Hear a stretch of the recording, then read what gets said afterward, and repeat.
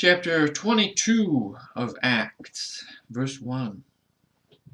Men, brethren, and fathers, hear ye my defense, which I make now unto you. And when they heard that he spake in the Hebrew tongue to them, they kept the more silence. And he saith, I am verily a man which am a Jew, born in Tarsus, a city in Cilicia, yet brought up in this city at the feet of Gamaliel, and taught according to the perfect manner of the law of the fathers, and was zealous toward God, as ye all are this day.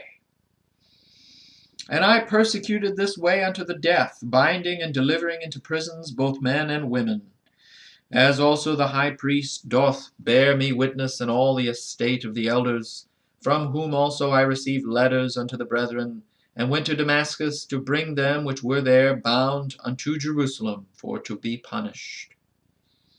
And it came to pass that as I made my journey and was come nigh unto Damascus about noon, suddenly there shone from heaven a great light round about me. And I fell unto the ground, and heard a voice saying unto me, Saul, Saul, why persecutest thou me? And I answered, Who art thou, Lord? And he said unto me, I am Jesus of Nazareth, whom thou persecutest. And they that were with me saw indeed the light, and were afraid, but they heard not the voice of him that spake to me. And I said, What shall I do, Lord?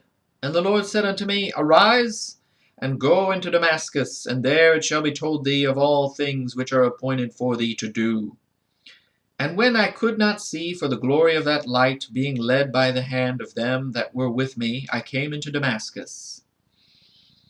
And one Ananias, a devout man according to the law, having a good report of all the Jews which dwelt there, came unto me, and stood, and said unto me, Brother Saul, receive thy sight. And the same hour I looked up upon him. And he said, The God of our fathers hath chosen thee, that thou shouldest know his will, and see that just one, and shouldest hear the voice of his mouth. For thou shalt be his witness unto all men of what thou hast seen and heard. And now why tarriest thou? Arise and be baptized, and wash away thy sins, calling on the name of the Lord. And it came to pass that when I was come again to Jerusalem, even while I prayed in the temple, I was in a trance, and saw him saying unto me, Make haste, and get thee quickly out of Jerusalem, for they will not receive thy testimony concerning me. And I said, Lord, they know that I imprisoned and beat in every synagogue them that believed on thee.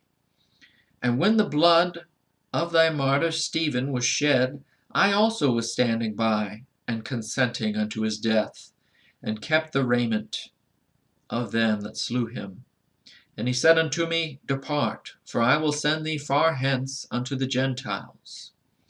And they gave him audience unto this word, and then lifted up their voices, and said, Away with such a fellow from the earth, for it is not fit that he should live. And as they cried out and cast off their clothes, and threw dust into the air, the chief captain commanded him to be brought into the castle, and bade that he should be examined by scourging, that he might know wherefore they cried so against him. And as they bound him with thongs, Paul said unto the centurion that stood by, Is it lawful for you to scourge a man that is a Roman and uncondemned? When the centurion heard that, he went and told the chief captain, saying, Take heed what thou doest, for this man is a Roman. Then the chief captain came and said unto him, Tell me, art thou a Roman? He said, Yea. And the chief captain answered, With a great sum obtained I this freedom. And Paul said, But I was born free, or freeborn.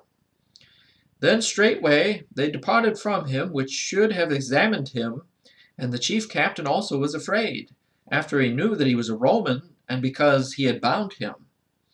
On the morrow, because he would have known the certainty wherefore he was accused of the Jews, he loosed him from his bands, and commanded the chief priests and all their council to appear, and brought Paul down, and set him before them.